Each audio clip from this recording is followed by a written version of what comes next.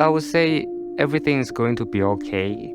Yeah, I still telling myself this every day. Yeah, everything is going to be okay. Yeah, and also take one day at a time.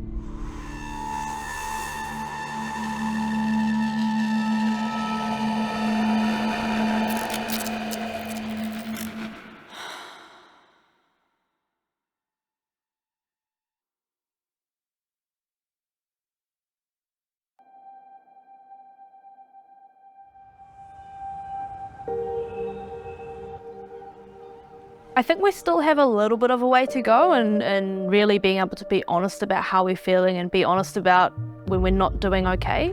But for younger people these days, there's more of an understanding that physical well-being and mental well-being tie in together, and both of those things need to be really strong for a person to be well. I talk to a lot of young Asians. I know many of them have been through anxiety as well.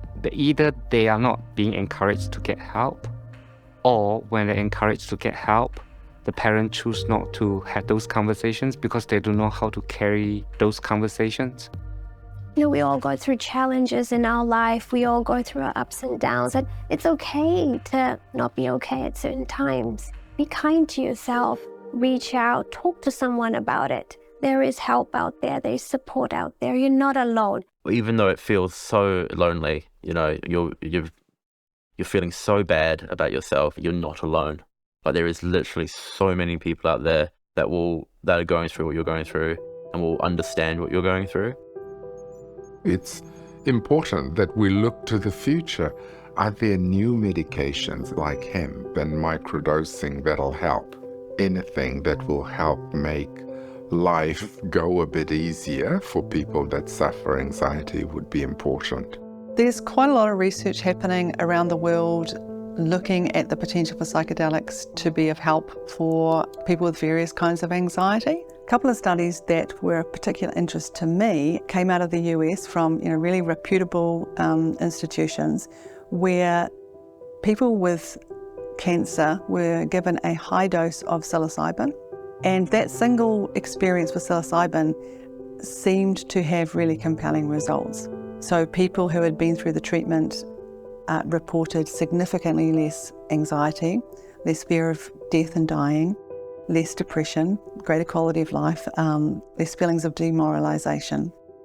So the results seem pretty compelling. We haven't yet reached the peak of what we can do in terms of treatment and therapy, and we need to be looking for what else can help those people who might have resistance to, say, CBT, cognitive behaviour therapy, or who don't benefit from dialectical behaviour therapy. So looking at what can help different people, because, none of us are going to recover all from the same approach because we are different as human beings. I'm actually to the point now in my life where if I ever feel it coming on, I just ignore it and just go for it because I know I'm going to win. Because if I've won all the other times, I'm still going to win now. That's how I think. That's what I like to put into my head. The biggest thing that I've learned, right? I manage my anxiety by just accepting that the world is the world. I can't change the world, but I can change how I react to how the world hits me. I think I spent a lot of my life hoping that people would feel a certain way about me, or waiting for people to feel a certain way about me, and it's not until you stop caring, or try to stop caring what other people think, that you step out and you do more, and that helps with the anxiety as well. You just fight it. You go, nah, I can do that. You're telling me wrong. As much as I think that we put a lot of the onus on people who are experiencing these issues to themselves come forward, and while that's awesome, we also need to do a lot as a society within our communities to destigmatize and to make people feel comfortable to even have those conversations in the first place. Because why would somebody reach out for help if they risk being told that what they're experiencing isn't real? Everything I've been through in life is pretty normal, really, when you look into other people's lives. It's pretty normal. And I'm not alone. I just tell myself, don't do anything stupid. You really want to be here in 10 years' time, 15 years' time. You really do want to be here. Because your kids are pretty cool. Life can be okay. Life can still be really, really good.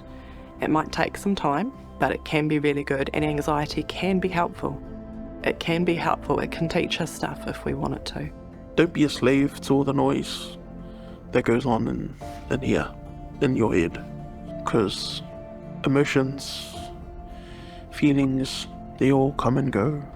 Talk to people, tell them how you feel, tell them what you're going through.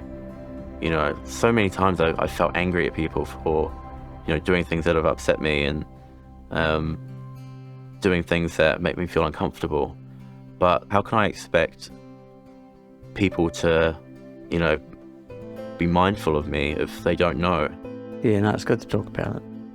He says who didn't talk about it. Except pretending that he has stage fright. That's such a joke. I've got stage fright, Dad. If Dad had been really knowledgeable, he would have said, that's a lie, Michael. Michael means I'm in trouble. Aren't I Mike today, Dad? Yeah, I suppose so. Mike the pop star.